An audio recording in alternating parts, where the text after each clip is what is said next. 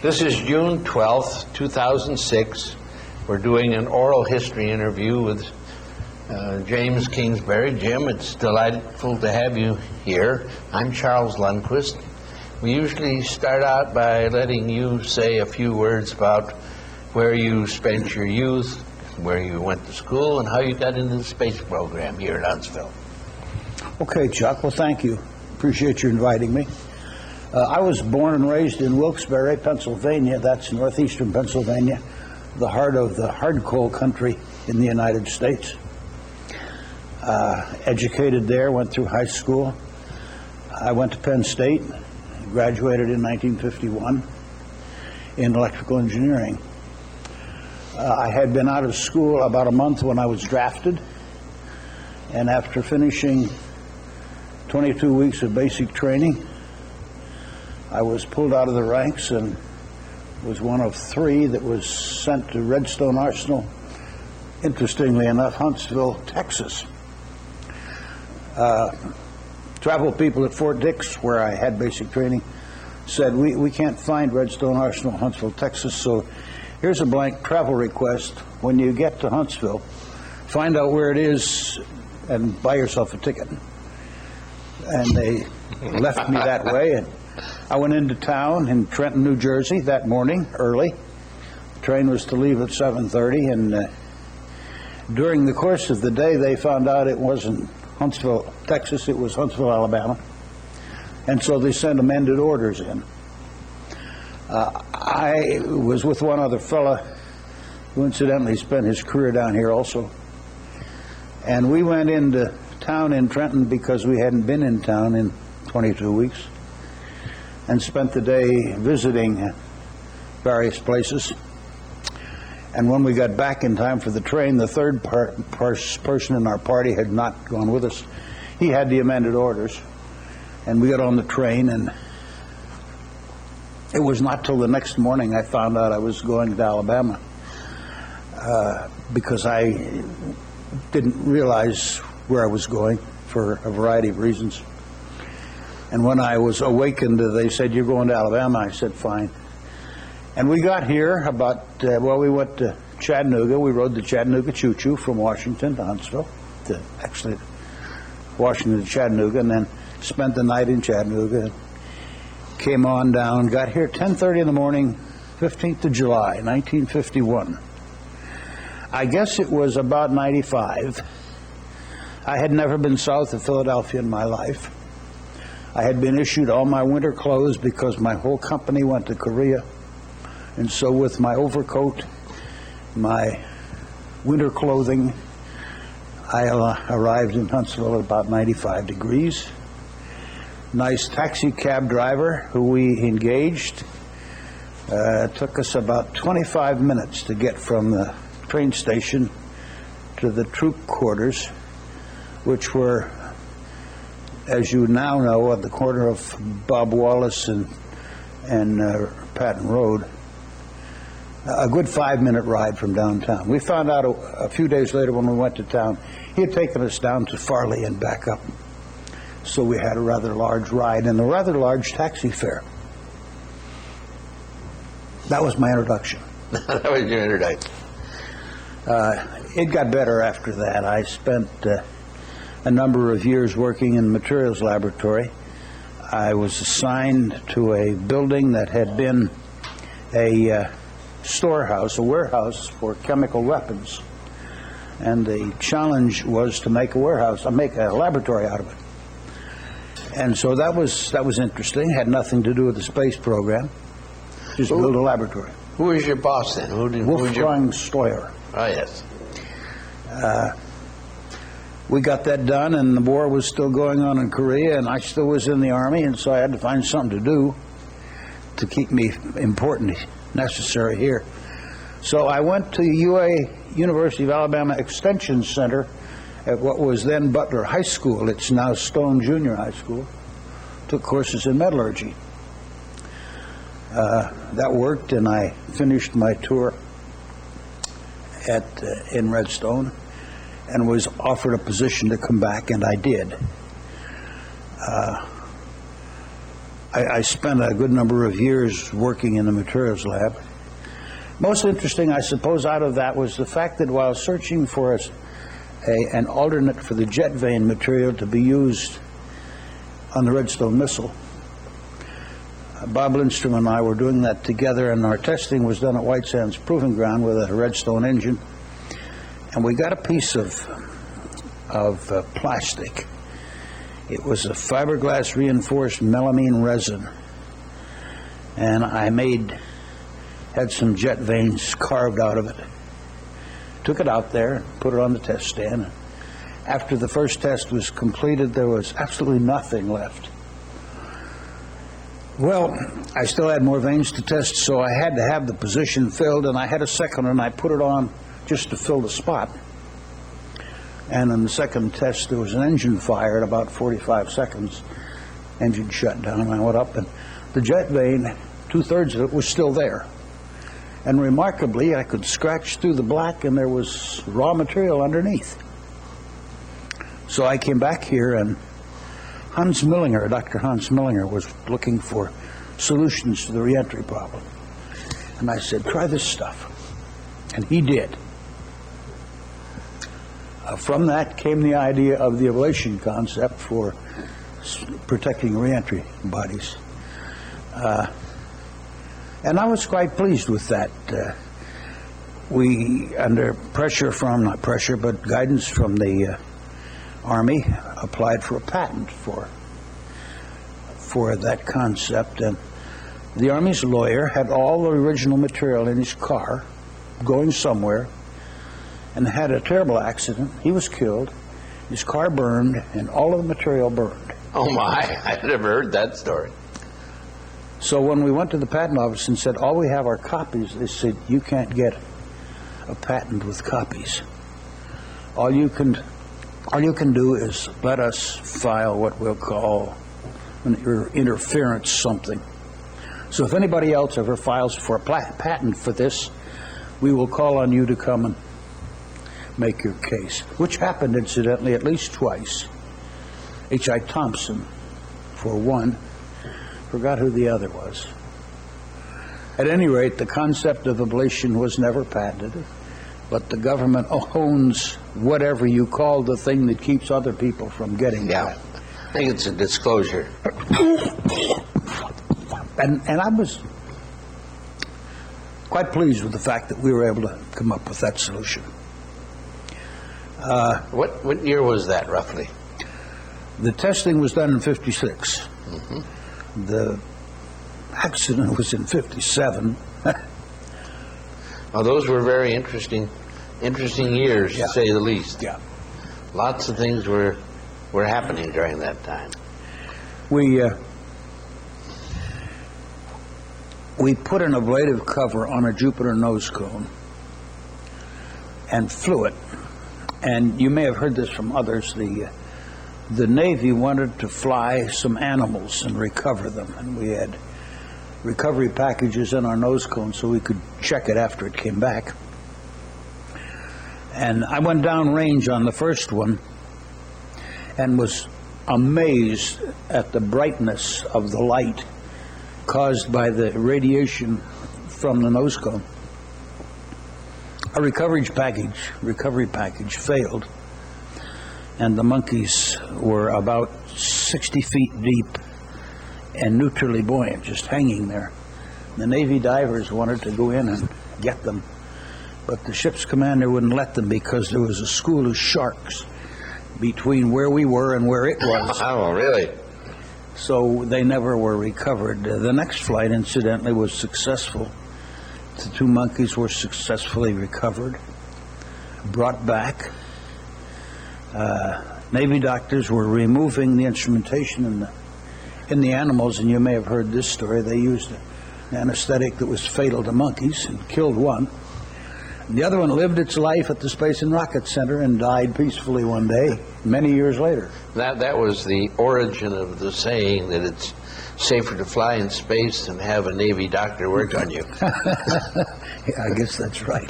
I guess that's right. I might just add, I was downrange on those missions in a tanker with IR instrumentation measuring the amount of light coming from the reactor. Remarkable. I didn't know that. Well, that was an interesting part of the trip. I did a variety of different things in those early days, and when the contract was led, I guess it wasn't a contract, when the direction was given to develop the Saturn 1, I moved my office physically downtown in the old Hick building, which is where the design people were, so I could be there with them and advise them on selection of materials. What organization were you in then? Still Materials. Still Materials. I was in Materials when we became NASA, and then I became the head of Materials in '66, and in '69 I was made the director of the design laboratory, the structures and propulsion and structures, I think it was called. And that went through the whole development and testing of Saturn. Quite an interesting series because, as you know, we had no idea how to do most of the things that Ron committed us to do. Right. We all were happy and thrilled we were going to the moon, and then somebody said, "How are you going to do it?" And we said, "We don't know, but we'll figure out somehow." And simple things like we couldn't get large enough ingots of aluminum to make sheets the size we needed to build the tanks. And so we had to go to the aluminum industry and get them to increase, double the size of the raw ingot that they were making, to get us sheets so that we could make a tank, a 33-foot diameter tank, with 1/3 of a diameter, 1/3 of a circumference from one sheet. Mm-hmm. So it took 3 sheets to make a tank. And then you had welding problems too, putting them together. Welding problems were, oh boy, were terrible. There goes the water. We had to learn how to weld aluminum. We did not know that aluminum was as difficult to weld as it was. It was so sensitive to dirt. Dirt is a poor explanation. Impurities. One of the problems we found with welding aluminum is aluminum oxidizes so rapidly. If you get bare aluminum in the room, almost instantly it has a cover of oxygen. And that oxidation product became impurities in the welding and caused very serious welding problems. So we had to find a way to get it clean enough to weld, and that took years. Early Saturn V tanks would have 15 or 20 repairs per weld. Later years, we learned how to do it better and could weld a tank with probably not more than 2 or 3. And in shuttle days, there were days when a whole tank would be welded with none because the process was improved. But that time, we still had to learn that. We had engine problems. I remember very well the F1, the big 1.5 million pound thrust engine, had instability problems, terrible instability problems. And we had this technique of bombing the engine to cause it to go unstable and then see if it would get a hold of itself. And what that did, what the bombing did is it disrupted the pattern of flow through the injector. And we had all kinds of things we did. I know that Hans Paul collected a group of people from Rocketdyne and Marshall, and they got together and spent the best part of a week discussing what kind of things can we do. And ultimately, they came up with a solution which they called to, interestingly enough, was the kitchen sink.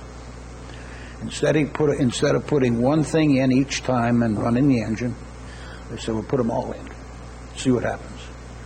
They put in everything anybody could think of. Every fix anybody could think of. Yeah. And fired it, and it was able to handle the bombing.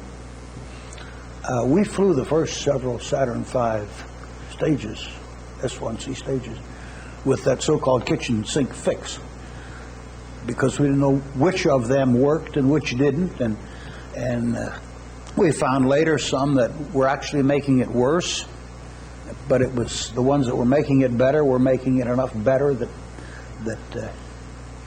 they could overcome it.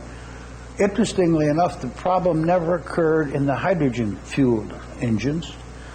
It turns out it was a function of the density of the fuel.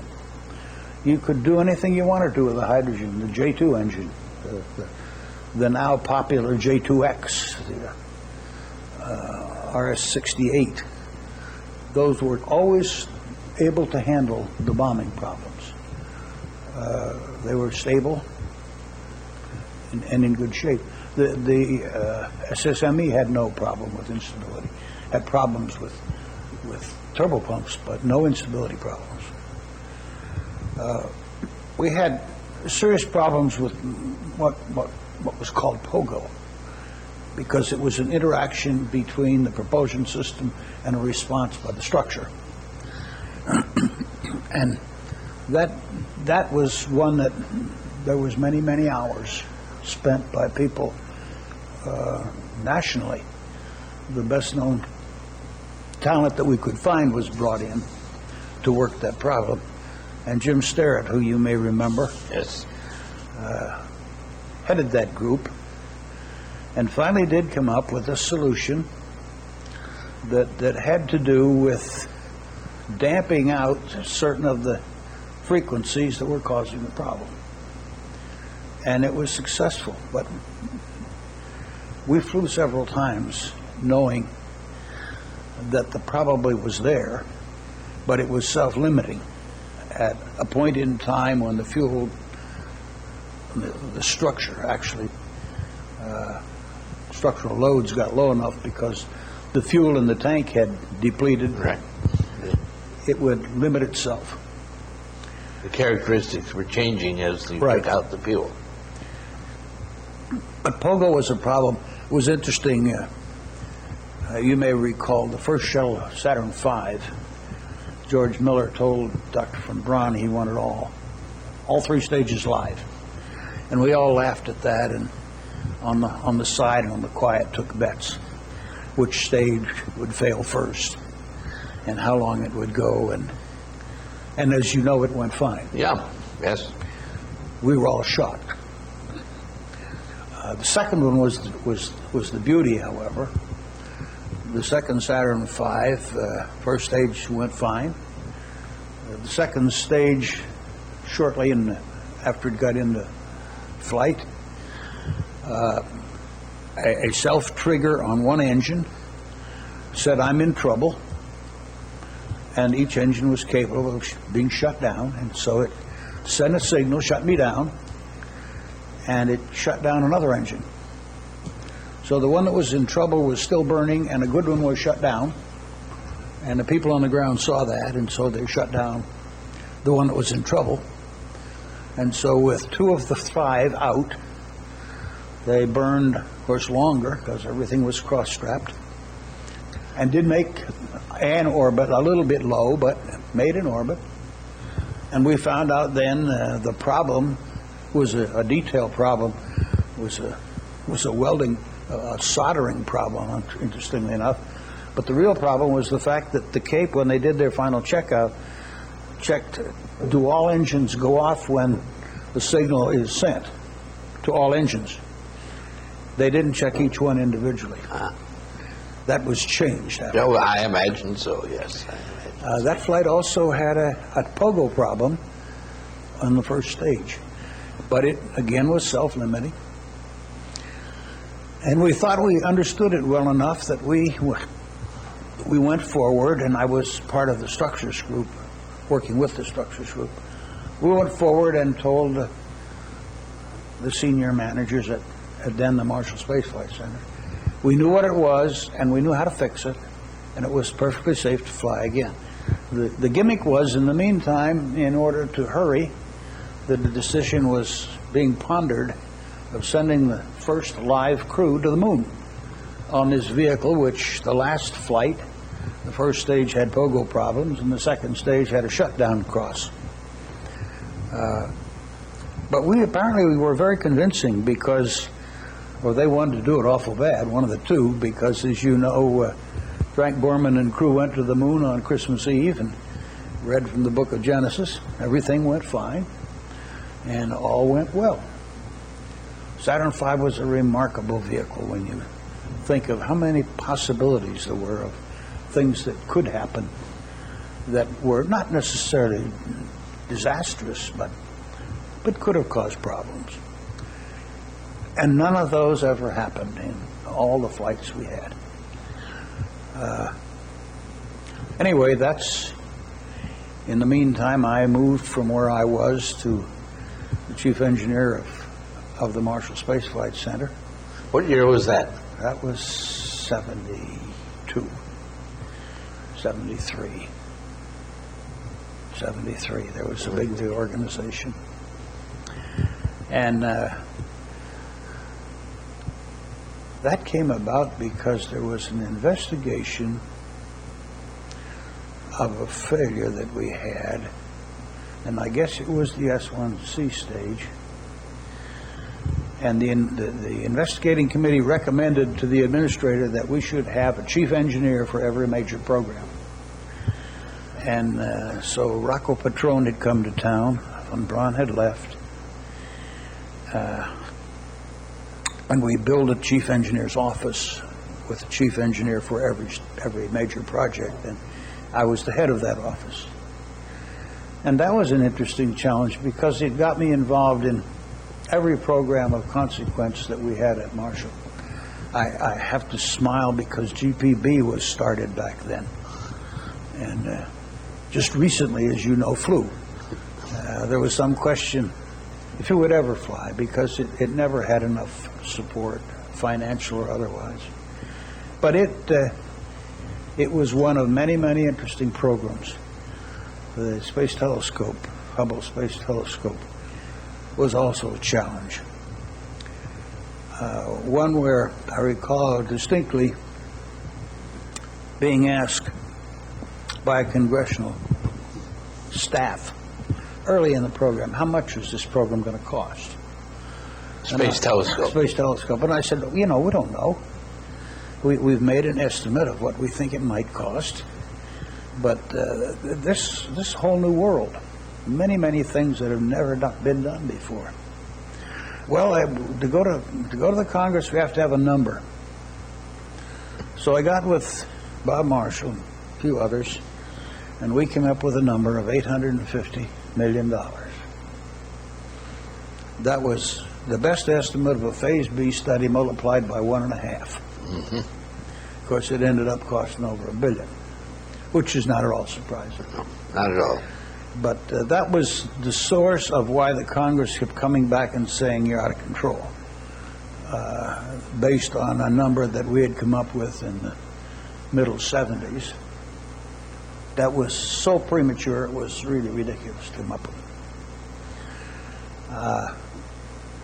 In order to cut back things, we eliminated some testing.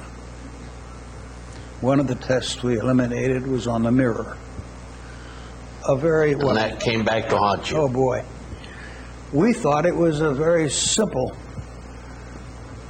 duplicate test because we had done all other things. We just had never done the whole mirror as a total mirror. We'd done all the pieces. And as it turns out, in the grinding of the mirror, there was a spot. And our testing never touched that spot. Had we done the whole mirror, we would have caught it. But, boy, that was an embarrassment. That's a remarkable instrument. And I hate done remarkably well. I hate to see it shut down. I can't believe it's so dangerous to do one more repair or update that they're unwilling to do it. There's something there that I don't know about, I believe, that's driving that from happening. Oh, I believe it. Is it finally decided not to go back? Or No, I thought it was still it's hanging. Still hanging, yeah. Griffin has said he's going back if he can figure out a way to pay for it. Well, of course, that's always a problem. So he's the first positive light on doing that in a good number of years. Former administrators have said, no, we're not going to do that. Shuttle came along. I skipped over Skylab, which was probably the most interesting program that I worked on. Someone asked me when I retired what was the biggest success of my career, and everybody expects you to say Apollo, because that was something we'd never been done before. But a space station was something never been done before either. And I really thought, probably because I was more deeply involved in the total program with Skylab, that was a really interesting program. Many things about it were new. We took a propulsive stage, as you know, the third stage, which had its insulation on the inside and therefore was a real fire hazard. Covered it with heavy-duty aluminum foil, and then outfitted it, put a life support system inside. We had the first, what shall I call it, waste management system that was really something other than a paper bag or a plastic bag. And the crew really liked it. Collected all human waste, freeze-dried it, and you could bring it home. Medics on the ground could see what was going on. And it was a challenge to put it all together and make it work. We here at Marshall built a number of flight instruments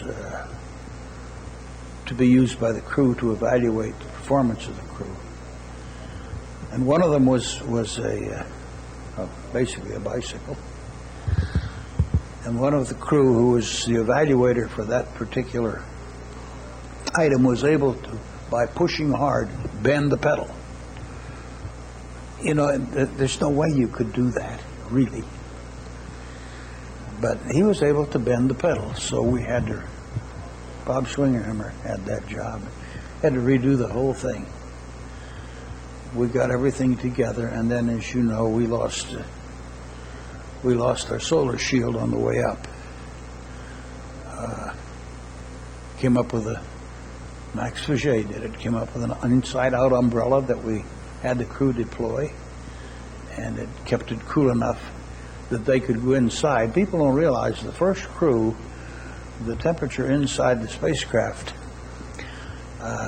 was fairly constant at about 92 degrees, day and night. I mean, we had no cooling in the spacecraft. We had only heating. And we didn't need heating. We had plenty of heat, turned out. But they pursued right on through it. The night that they flew up to it, and everything packed in that spacecraft to get it operational, we had been playing games, rotating it because we had control, to keep the sun from getting any one spot too hot for almost 2 weeks. And the crew got up and they couldn't dock. Pete Conrad was flying, and Paul, one of the crew, told me later that Pete said, "We're going to dock this thing." The alternative was to go EVA out the nose and into the... And he said, he hit that spacecraft. I'm surprised we didn't come out the other side. But we docked, hard docked.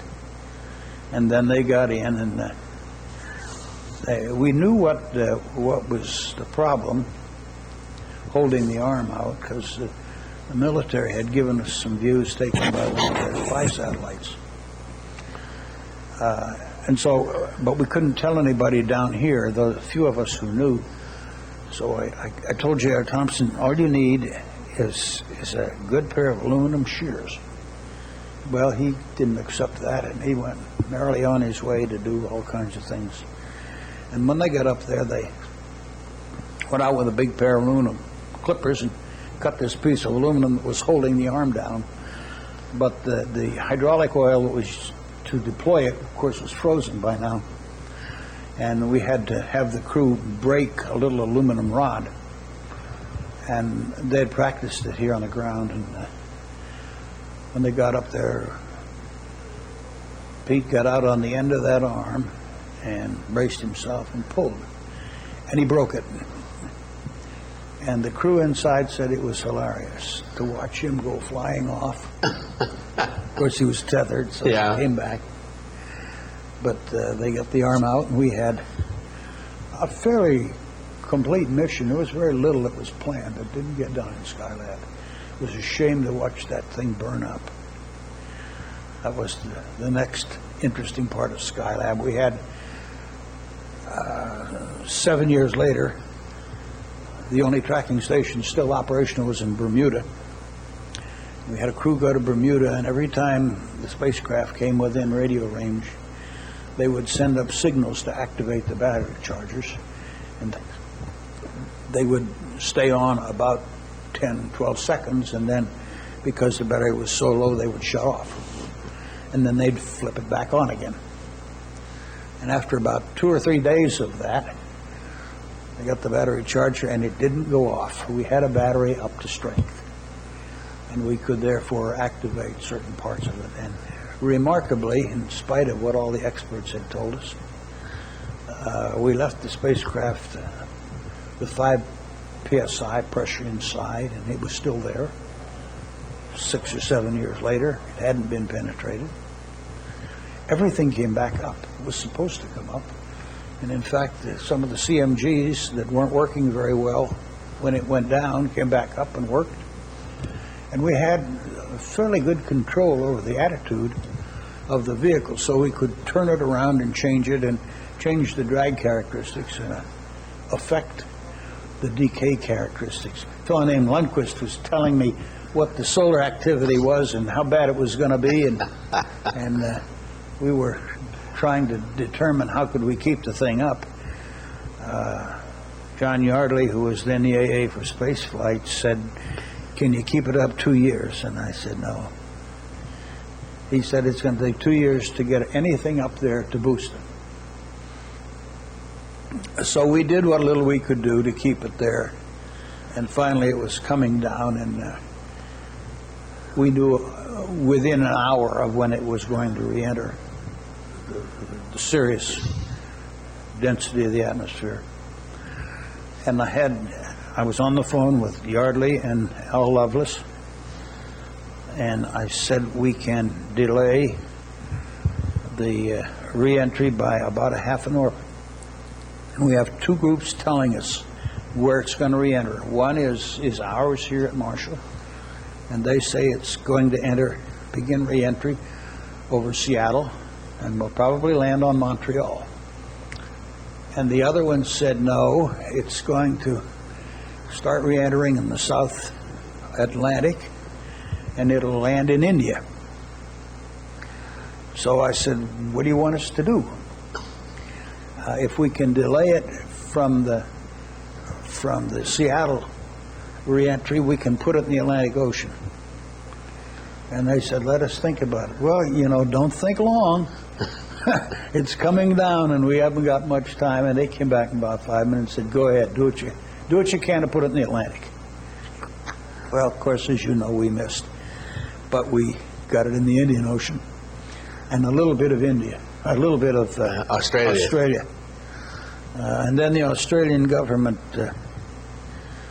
when we sent some people over to see what they could find, issued a citation to our crowd. Did you know that story? For contaminating and cluttering up the environment. Oh, really? I didn't know that. Cited NASA, and I've forgotten the details. It was a joke. The ATM, the Power Telescope mount, as far as we could tell, landed somewhere in the middle of Australia. And our people wanted to go see what was there, and the Australian government wouldn't let them. They said, no, that's out in the middle of Aborigine territory. And they may not have ever seen a white person. And we don't know what would happen if you went out there. So, sorry, you can't go there. And we never did go. The joke at the time was, had you gone out the next morning, there would already have been a white picket fence and an altar built around it, because it came from the heavens, and here it is. It's still unknown where it is. Another remarkable thing during the reentry, or the time leading up to it, was you were able to completely reconfigure the computer, put in Yes. new programs and change its operation totally. We had complete access to all of the control system, and all of the control system was working. Even that bad, we had one really bad CMG, and even that one came up and worked pretty well through it. And that was from May until July or August, I've forgotten which, where the reentry occurred. It was for those of us who've been with that program since George Miller drew a sketch on a piece of paper, it was kind of a sad day to see that thing come to an end, because the United States never got credit for the fact that it, in fact, placed the first manned space station in orbit, because we let it come back, and it was just like any other one-shot spacecraft. I think you were involved also in the materials experiments that were done on Skylab. Many of those were indirectly, I was involved with them. The most interesting experiment done on Skylab was a student. We had a student program where students could propose experiments, and wisely, we didn't get involved in selecting them. We could fly about 20. We had a little over 20,000 submitted, and we had the National Science Teachers Association make the decision of which 20 flew. And then the kids all came down here, and actually we designed and built them for them here at Marshall. Probably to me the most interesting one was a spider. Kid wanted to fly a spider and see what a spider would do in weaving a web in zero gravity. Now, I had no idea at the time how spiders wove their webs, but they depend on gravity. They go to a high spot and jump off and pull a string and then crawl up. And when they couldn't do that, the question was, can they make a web? And so we flew 2 spiders and got them in orbit and opened them up, put them in their little house there, and photographed the first web, which looked like a drunken sailor had done it. It was really funny. The second day, the spider made another web. Perfect. The spider figured out how to make a web in zero gravity. And they were able to reproduce that. The problem was we couldn't feed them. There were no flies to fly and throw in there and let them eat. So 28 days later, they were going to die. And we were trying to figure out how to feed them. And the crew actually threw some meat in, raw meat. One of them died before the entry started, but the other was alive when we started home, brought him home. And that one died on the way back. That was Arabella, was it? It was Arabella. Yep. I learned a lot about spiders in that time. We did a lot of other interesting things, experiments in Skylab. That crystal growth was something that was really pushed hard. And I think the idea was not to try to grow large crystals in space. It was to try to understand the phenomenon of crystal growth so you could do it on the ground. And by the time we got to where we probably could have done some probably large quantity crystal growth in space, we didn't need to, because the community had been sufficiently informed that they were able to do it on the ground. And much of what we did in Skylab turned out to be that way. So, the end of Skylab. And then came Shuttle. Such a challenge. The idea of a high pressure engine to improve efficiency was a wonderful idea. Lord, it was close to impossible to do. Get pumps running at 7,000 RPM, pressures in excess of 5,000 PSI. The slightest off balance and you had a fire. It wasn't a fire, it was an explosion.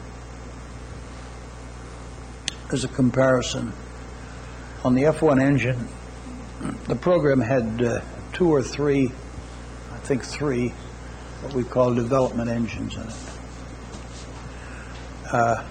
The SSME had 8, and we used all of them up, and about 6 more, just to get to where we felt sufficiently safe that we could fly.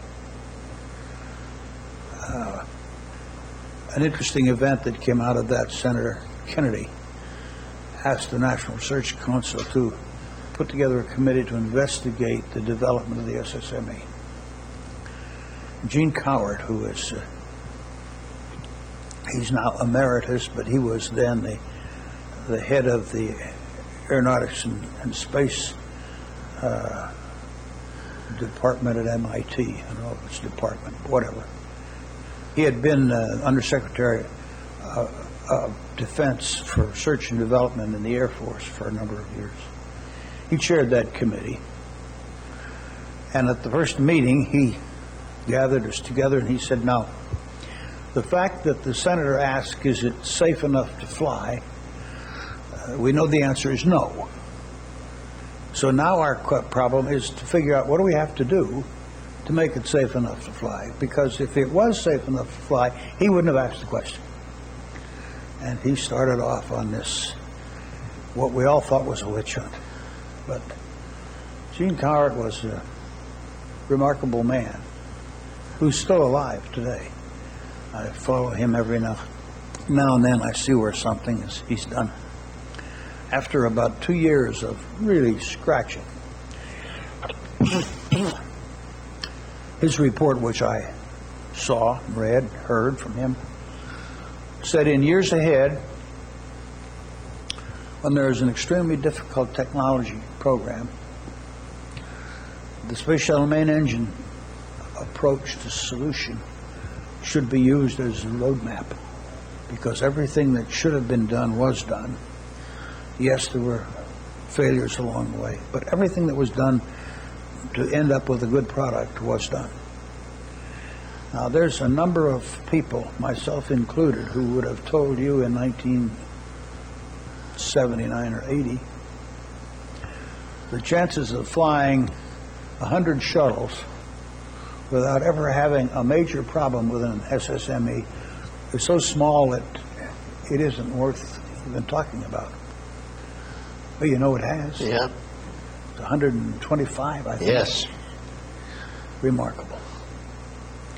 The problem that we encountered on Challenger was just a pure oversight situation. Should never. Had all that happened been known before it happened, it wouldn't have happened. But that became I thought, a political football, because it was in simplest form, we shipped a very large cylinder for about 3 days by rail to the Cape. Normally it would stand up anywhere from 3 weeks to a month before it would go to be stacked. And this one went from the railroad car to the VAB, and it was not round anymore. It was elliptical. And when they tried to put it together, it didn't fit. In fact, it was so out of round that the tang that was to go inside was outside on one diameter. And they spent 3 days banging around. And we learned later that the notes in one of the foreman's shops said, Gus's guerrillas beat it together last night. It was the solution of how they stacked it. Subsequent evaluations before those parts were recovered predicted exactly where the failure was and what it was. where the hole was. And that's, again, if the other side had failed, rather than the side that did, and the leak had been out that side, we probably would have made a very low orbit, but we'd have made an orbit, because if you recall, the two solids went flying off by themselves until somebody blew them up.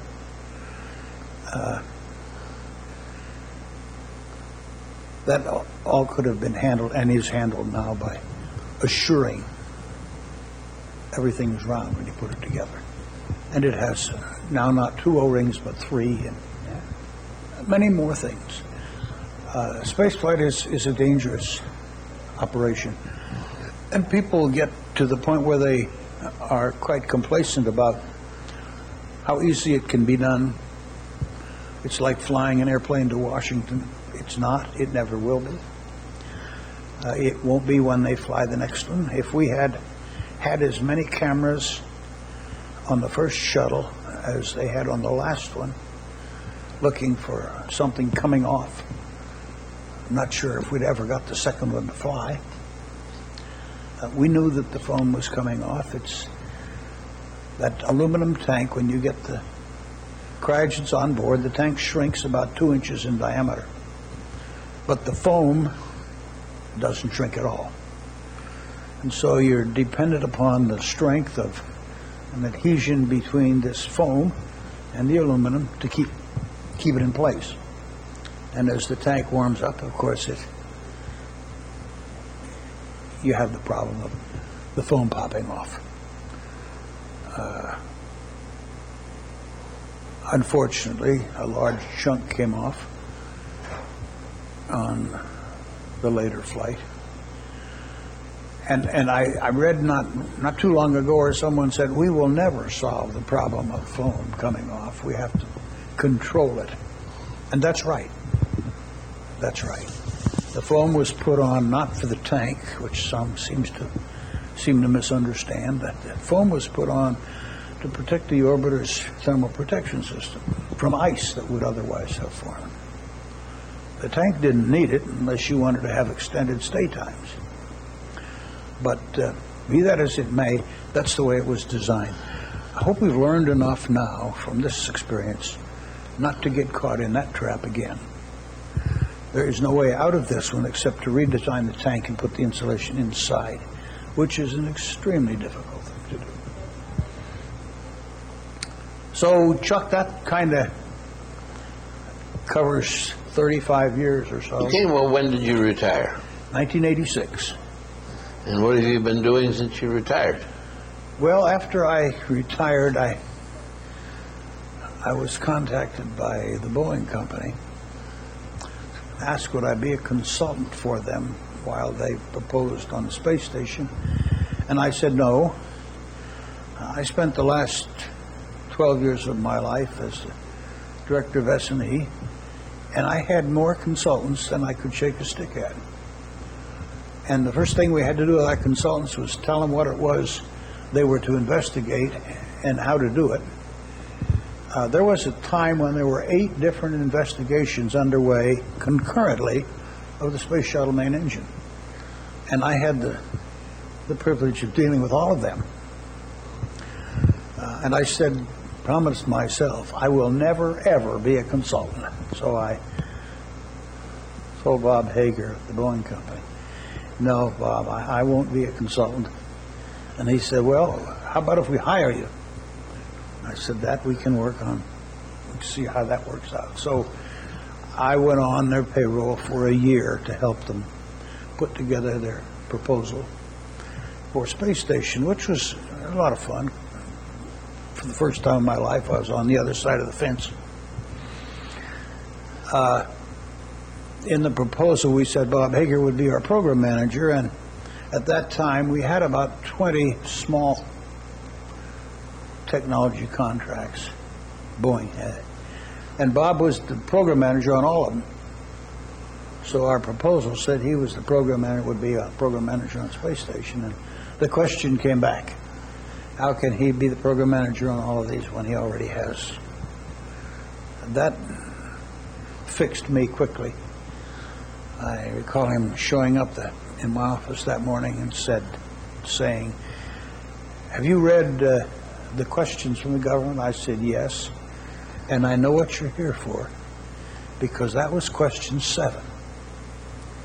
He said, "Well, I've already talked to Seattle, and we are in the process of reorganizing, and you don't work for me anymore. You work for the guy I work for, Don Jacobs, in Seattle, and you're going to be the manager of all these. Would you do that for us?" Well, I told him when I came on I would stay a year, and I said, "Well, if you win the contract, I'll stay another year." Great. That was the agreement. 7 years later, and 8 years into my time with Boeing, I retired a second time. Bill Sauter, who was in the School of Administrative Sciences, was charged to find ways to improve the amount of involvement UAH had in the management of technology. So he called and asked me, would I mind coming over and working with him? And I said, "I'll work with you, but I don't want to be paid. I don't want to be a consultant. I'll just work with you." And I did, and still am. Are there any final thoughts you'd like to leave for the young folks that are facing the problem of returning to the moon and looking for all the advice they can get? No, I don't suppose there's anything to say other than find out what you're doing.